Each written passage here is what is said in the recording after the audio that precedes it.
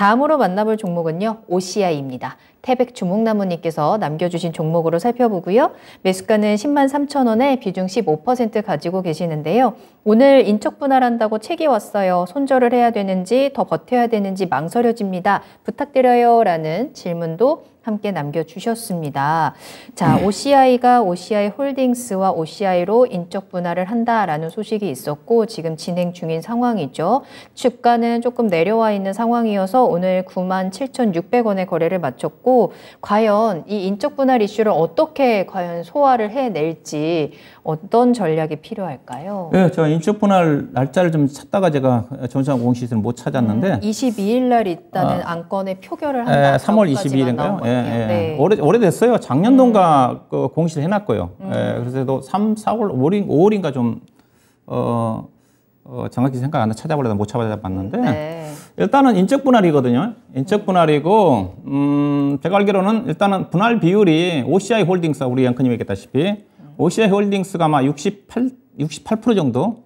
그다음에 이제 그 사업 자회사로 분리된 OCI가 32.만 그 대충 7대3 정도로 생각하시면 될 겁니다. 7대3 정도 생각하면 될 것 같은데 네. OCI 홀딩스가 아마 폴리실리콘을 담당할 거고요.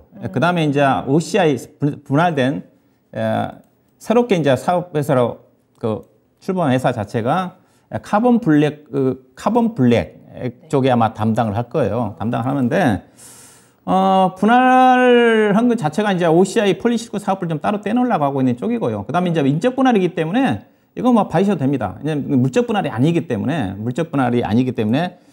인적 분할된 회사 같은 경우, 비율에 해당하는 만큼 주식을 받거든요. 그러니까 쉽게 생각하면 LG에너지솔루션은 물적 분할이잖아요. 그 물적 분할이 좀 되면서 LG학 주주들이 LG에너지솔루션 주가를 배정 못 받았지 않습니까? 근데 인적 분할은 OCI 홀딩스 앞서 얘기했다시피 같이 해당되는 약 68%를 주식을 받고 나머지 32%를 분할된 신설 자회사가 바로 상장이 되니까 받아요. 그래서 전혀 유동성에 문제 없어요. 네. 일시적으로 잠깐 이제 분할된 기간 동안에 거래 정지되는 기간이 좀 있을 거예요. 2, 3주 정도라든가. 근데 이제 분할 이후에 이제 OCI 주가를 어떻게 봐야 되느냐? 이제 폴리실리콘 사업 부분을 좀 봐야 되겠죠. 아무래도 OCI 하게 되면 이제 폴리실리콘 사업인데 최근에 이제 폴리실리콘 가격 자체는 급락했다가 다시 좀 반등 좀 하면서 안정을 찾고 있고, 이게 중요한 것 자체가 이제 폴리실리콘 가격이 어떻게 정해되느냐.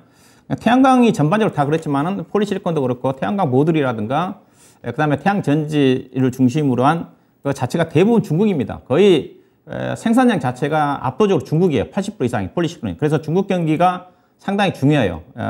폴리실리콘 중심으로 해서 태양광 모듈이라든가. 근데 이제 어떻게 봐야 되느냐.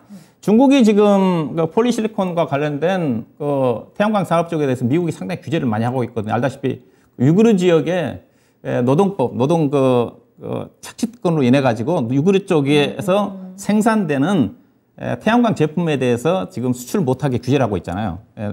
노동 탄압 때문에. 네. 그래서 중국산 태양광을 관련된 폴리실리콘 중심으로 한 자체가 미국이라든가 유럽 쪽에 못 나갈 겁니다. 상대적 규제를 받기 때문에. 그래서 상대적으로 OCI가 아마 수혜를 좀 받을 거예요. 상대적으로. 그런 측면에서.